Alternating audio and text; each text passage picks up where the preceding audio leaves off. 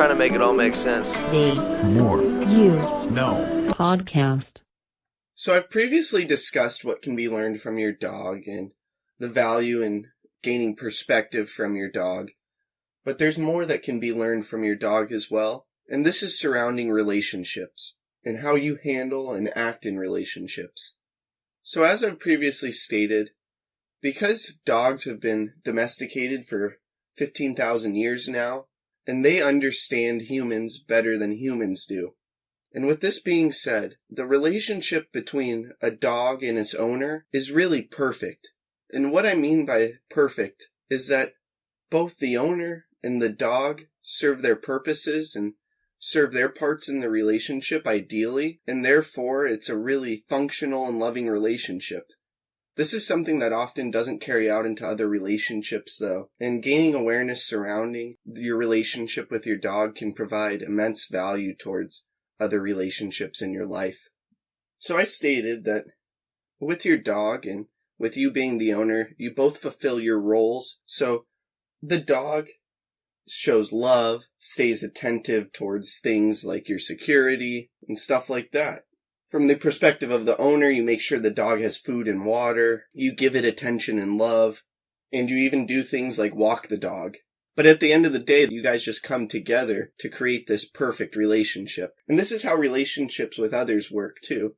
Oftentimes relationships that fail or relationships that are unsuccessful are due to people either not having reasonable expectations of others, expecting more of them, criticizing them, not understanding who they are and understanding that they're genuine towards themselves, as well as doing things from a personal level like being overbearing or not being attentive enough.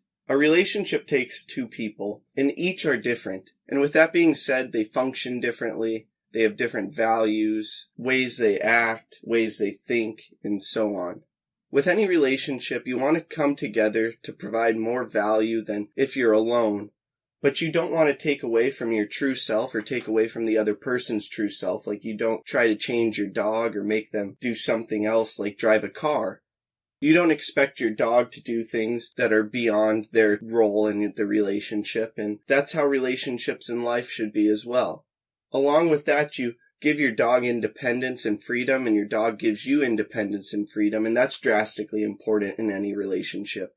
Healthy relationships are driven by two people who are being their true selves and coming together at certain times to provide more value towards one another. This doesn't have anything to do with neglect, being overbearing, trying to change someone, or anything along those lines. Just like with your dog, focus on being your true self and providing as much value being your true self. But don't let a relationship get in your way. And along with that, allow the other person to be their true selves and have independence. And don't try to criticize and change them, just like you wouldn't with your dog.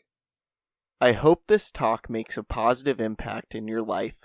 Please subscribe to the podcast wherever you are listening or watching it. Check out other episodes, leave a review, and follow us on social media at More You Know Pod. Also, please don't forget about our sweepstakes. Retweet a clip with the hashtag #TheMoreYouKnow and new podcast from our Twitter for a chance to win a signed copy of my upcoming book, The More You Know, coming this fall. Tag 2 friends in the comments on a clip on Instagram for a chance to win a brand new copy of Dean Graziosi's Millionaire Mindset or Ed Milet's Max Out.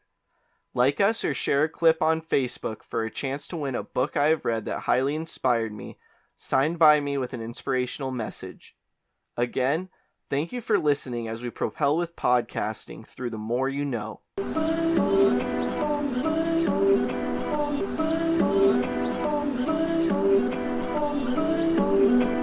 just trying to make it all make sense. The More You Know Podcast.